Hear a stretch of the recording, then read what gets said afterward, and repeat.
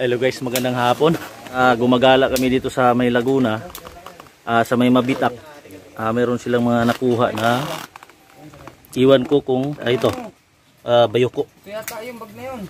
Di ko alam kung kasi wala to sa amin kasi. Dito ko lagay yung lighter. Yan o. Di ko alam kung anong lasa nito, pero masarap daw to guys eh. Oh, nandito kayo kasi. Sino yung mga nakakatikim nitong ganitong kuan?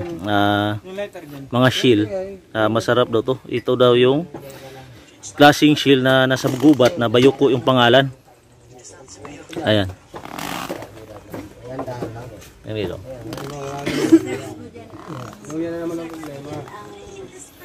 Gusto ko sana tikman yan guys. Kaso lang paalis na kami.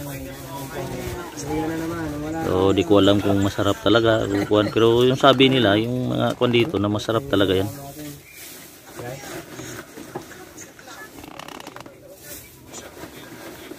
Pero kung dito naman may 50 pesos yan. So comment guys kung sino yung mga nakakatikim ng ganito.